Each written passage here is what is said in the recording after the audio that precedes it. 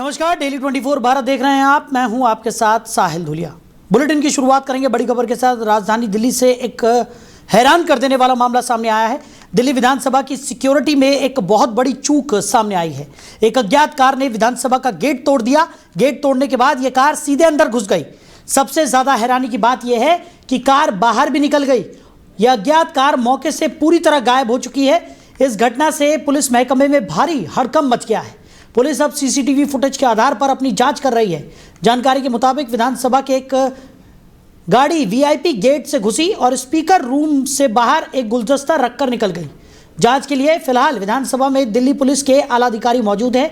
Security में इतनी बड़ी चूक ने कई गंभीर सवाल खड़े कर दिए हैं। आखिर इतनी हाई सिक्योरिटी वाली जगह पर ऐसा कैसे हो गया? पुलिस अब उस कार और ड्राइवर की तलाश में जुटी हुई है। तो बड़ी खबर आपको बता रहे हैं, सुरक्षा में एक बड़ी चूक देखने को मिली है। और इसी खबर पर ज़्यादा चर्चा के लिए हमारे मैनेजिंग एडिटर रमेश ठाकुर जी हमारे साथ जुड़ गए। रमेश जी, दिल्ली विधानसभा सुरक्षा में एक बड़ी चूक देखने को मिली है, जहां एक वीआईपी गाड़ी बैरिगेटिंग और गेट तोड़कर अंदर घुस जाती है। वहां पर एक फूलों का गुलदस्ता रखकर वो गाड़ी बाहर भी निकल जाती है और गायब हो जाती है, और पुलिस के हाथ अब तक खाली हैं। कैसे देख रहे हैं? देखिए, मुझे लगता है ये जांच का विषय है और अति संवेदनशील जगह पे किसी गाड़ी का आना और वो फिर वापस चली जाना, इतनी देर में कुछ चीजें बाहर ना निकल पाना, पुलिस के हाथ खाली रहना, ये बड़ा अपने आप में अचंभित करने वाला मामला है कि भाई कोई ऐसी चीज सुराग कोई क्यों निकल नहीं पाया। क्योंकि वो जितना पूरा रिच एरिया है उसमें चारों तरफ कैमरे लगे हैं, पूरे कैमरे से लैस क्षेत्र है, उसके बावजूद भी गाड़ी कहाँ से आई, किन परिस्थितियों में आई, किसकी है, ये तो चलो बात की बात है।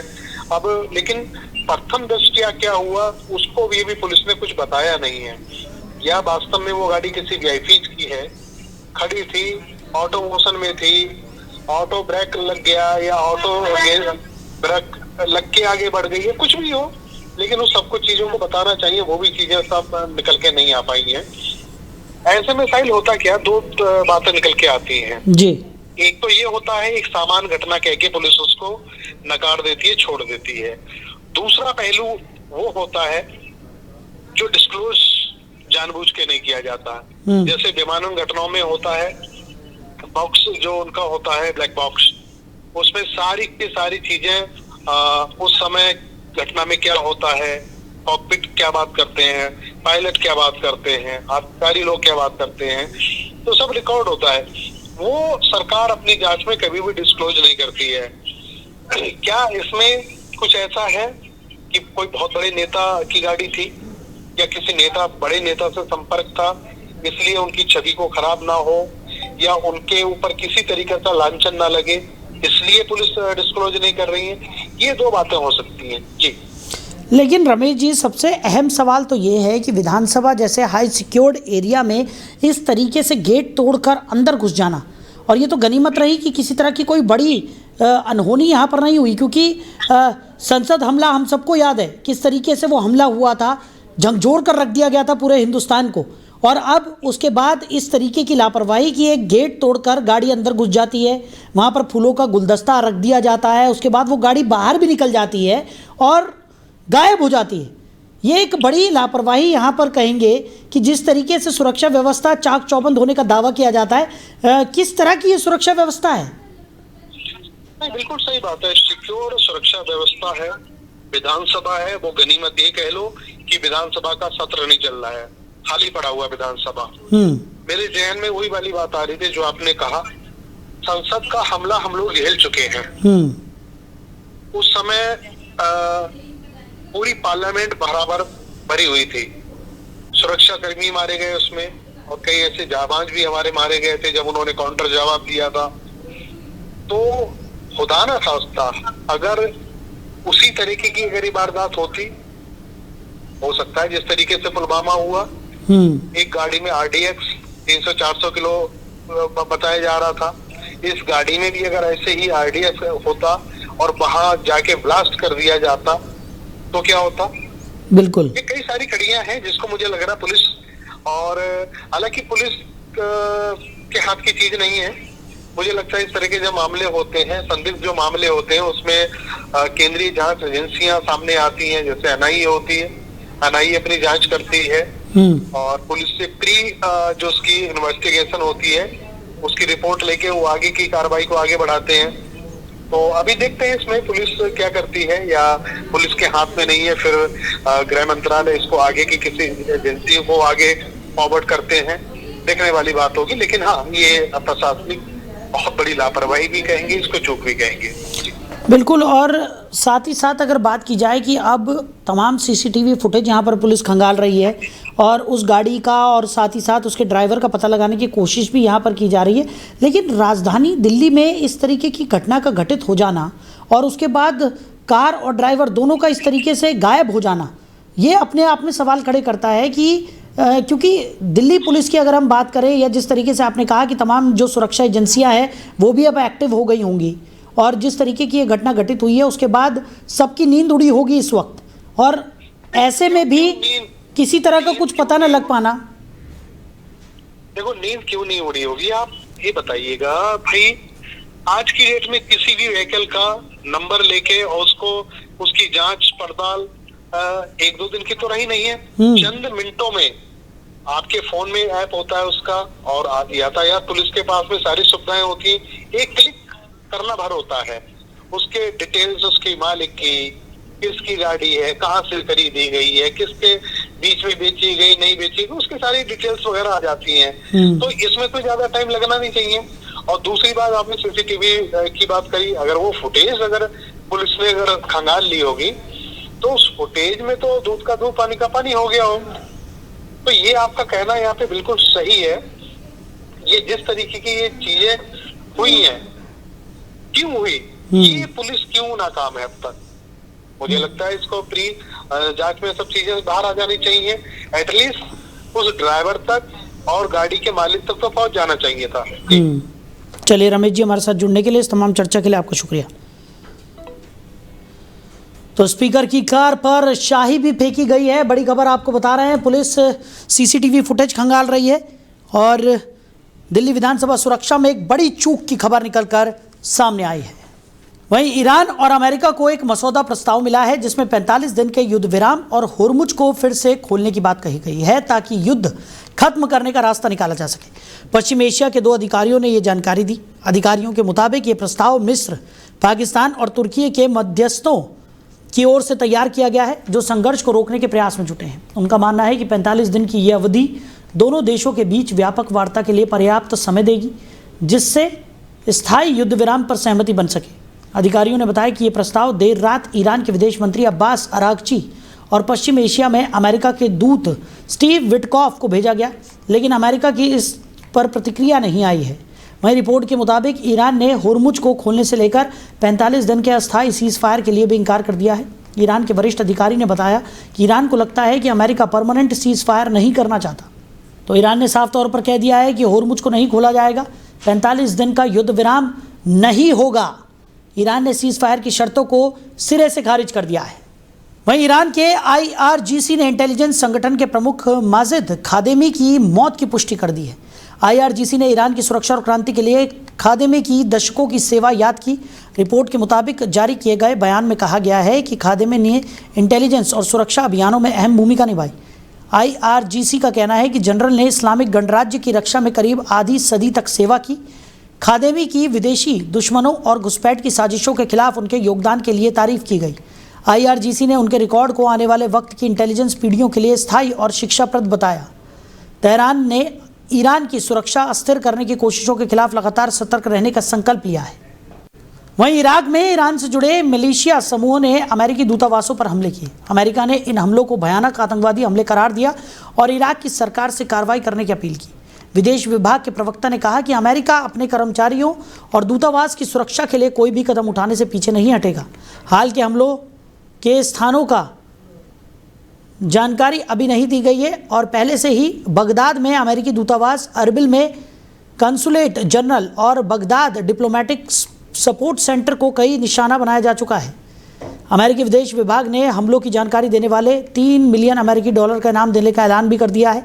दरअसल अमेरिकी विदेश विभाग के प्रवक्ता ने बताया कि वॉशिंगटन और तेहरान के बीच जारी तनाव के बीच ईरान से जुड़े उग्रवादियों ने इराक में अमेरिकी राजनयिकों और ठिकानों पर में 2 हमले किए।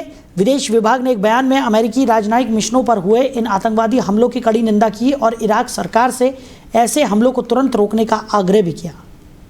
वहीं भारत के विदेश मंत्री डॉक्टर एस जयशंकर ने कतर के प्रधानमंत्री और विदेश मंत्री शेख मोहम्मद बिन अब्दुल रहमान बिन जसीम अल थानी से फ़ोन पर बातचीत की।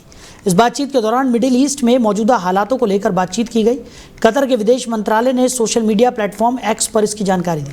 कतर के विदेश मंत्रालय ने बताया कि प्रधानमंत्री और विदेश मंत्री को भारत के विदेश मंत्री का फ़ोन आया था। विदेश मंत्रालय की ओर से साझा जानकारी के अनुसार दोनों नेताओं ने बातचीत के दौरान देश में सैन्य कार्रवाई की बढ़ोतरी और क्षेत्रीय और अंतर्राष्ट्रीय सुरक्षा और स्थिरता पर इसके गंभीर असर के साथ साथ सभी झगड़ों को शांति से सुलझाने के तरीकों की समीक्षा की। उन्होंने नेविगेशन की आज़ादी सुनिश्चित करने की अहमियत पर भी जोर दिया। कतर के विदेश मंत्रालय ने बताया कि प्रधानमंत्री और विदेश मंत्री ने कतर और इलाके के दूसरे देशों पर ईरान के गलत हमलों को रोकने की ज़रूरत पर जोर दिया। उन्होंने ज़रूरी इंफ्रास्ट्रक्चर, खासकर पानी, खाने और एनर्जी सुविधाओं को गैर जिम्मेदाराना तरीके से निशाना बनाने के खिलाफ चेतावनी भी दी। तो मिडिल ईस्ट में तनाव लगातार जारी है। एस जयशंकर ने कतर के पीएम से बातचीत की है। संघर्ष खत्म कर शांति से चर्चा पर जोर दिया गया। मिडिल ईस्ट में तनाव के बीच ये बातचीत काफ़ी अहम मानी जा रही है। वहीं एलपीजी आपूर्ति के मोर्चे पर भारत के लिए एक सकारात्मक खबर सामने आई है। भारतीय ध्वज वाला जहाज ग्रीन आशा ईरान के समीप स्थित अहम समुद्री मार्ग स्ट्रेट ऑफ होर्मुज को सफलतापूर्वक पार कर चुका है। खाड़ी क्षेत्र में तनाव बढ़ने के बाद ये इस मार्ग से गुजरने वाला भारत का 9वां जहाज है। अमेरिका और इजराइल के साथ बड़े संघर्ष के बाद ईरान की तरफ से इस जल डमरू मध्य को बंद किए जाने की खबरों के बीच ये ट्रांजिट खास महत्व रखता है। वैश्विक ऊर्जा आपूर्ति के लिहाज से होर्मुज जल डमरू मध्य बेहद महत्वपूर्ण है क्योंकि दुनिया के कुल पेट्रोलियम व्यापार का करीब 20% हिस्सा इसी रास्ते से होकर गुजरता है। ऐसे में इस मार्ग पर किसी भी तरह का व्यवधान सीधे अंतर्राष्ट्रीय बाजारों को प्रभावित करता है। रिपोर्ट्स के अनुसार ग्रीन आशा एक एलपीजी टैंकर है और मौजूदा जोखिमों के बावजूद इसका सुरक्षित पार होना इस क्षेत्र पर भारत की लगातार निर्भरता को दर्शाता है। तनाव के चलते वैश्विक ईंधन आपूर्ति श्रृंखला पर दबाव बना हुआ है और ऊर्जा बाजार अनिश्चितता के दौर से गुजर रहा है। वहीं भारत की सबसे बड़ी राजनीतिक पार्टी बीजेपी आज 2026 में अपना 47वां स्थापना दिवस मना रही है। स्थापना दिवस को लेकर देश भर में बीजेपी कार्यालयों में कई कार्यक्रम हुए। इस मौके पर पीएम नरेंद्र मोदी ने कहा कि देश की जनता है, हर चुनौती का सामना करने के लिए बीजेपी ईमानदारी से कोशिश कर रही है, आगे भी करेगी। पहले भी सकारात्मक नतीजे मिले हैं और आगे भी मिलेंगे। अंग्रेजों के दौर के सैकड़ों काले कानूनों का अंत, लोकतंत्र के लिए नए संसद भवन का निर्माण, सामान्य समाज के गरीबों के लिए 10% आरक्षण, कानून बनाकर 3 तलाक पर रोक, CAA, अयोध्या में राम मंदिर का निर्माण, ऐसे कितने ही काम हैं जो बीजेपी के ईमानदार प्रयासों का नतीजा है और हमारा मिशन अभी भी जारी है। तो uniform civil code, 1 nation 1 election, ऐसे सभी विषयों पर आज देश में एक गंभीर चर्चा हो रही है। हमारा लक्ष्य एक विकसित भारत, एक आत्मनिर्भर भारत बनाना है और हम इस लक्ष्य को पाने के लिए बिना किसी स्वार्थ के काम करते रहेंगे। कुछ सालों में बीजेपी अपने 50 साल पूरे करने जा रही है। ये बहुत बड़ी प्रेरणा है। हमें नए लक्ष्यों पर सोचना होगा और बदलती टेक्नोलॉजी के इस दौर में खुद को भी झोंक देना होगा। एक बार फिर मैं अपने करोड़ों कार्यकर्ताओं को बीजेपी स्थापना दिवस की शुभकामनाएं देता हूं।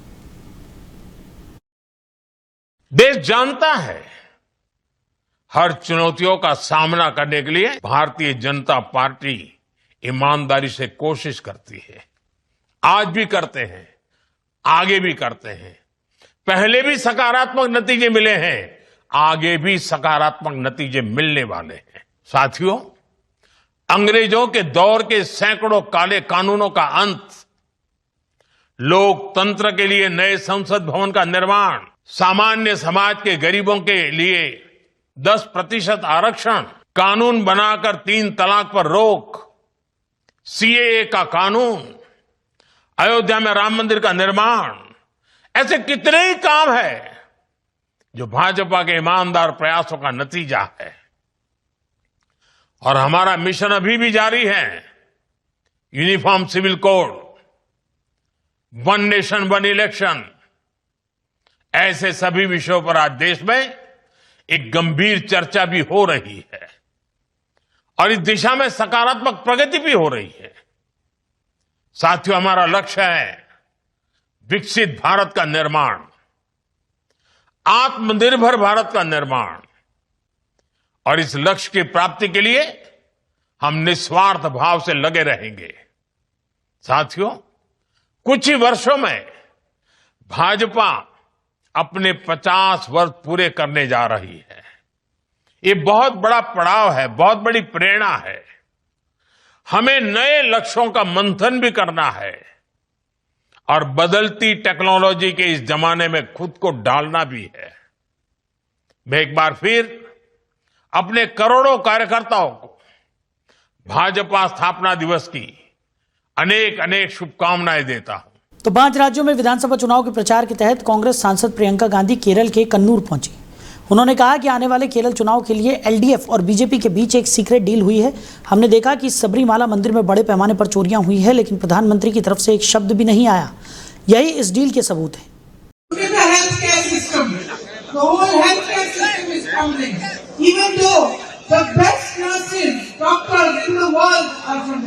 നിങ്ങൾ കേരളത്തിലെ ആരോഗ്യ രംഗത്തെ നോക്കുക. ഈ ആരോഗ്യ രംഗം മുഴുവൻ തകർച്ചയിലാണ്. ഈ ലോകത്തെ ഏറ്റവും നല്ല ഡോക്ടർമാർ അതുപോലെ ആരോഗ്യ പ്രവർത്തകർ ഉള്ളപ്പോഴും കേരളത്തിലെ ആരോഗ്യ രംഗം തകർച്ചയിലേക്ക് പോവുകയാണ്.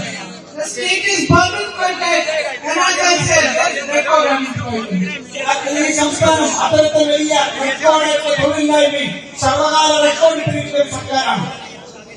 We all know how contracts are awarded in Kerala today. നമുക്ക് എല്ലാവർക്കും അറിയാം ഈ സർക്കാരിന്റെ കീഴിൽ എങ്ങനെയാണ് കരാറുകൾ നൽകപ്പെടുന്നത് എന്നുള്ളത്. And now that the elections are coming closer, it's pretty obvious that there has been a secret deal between the LDF and the BJP.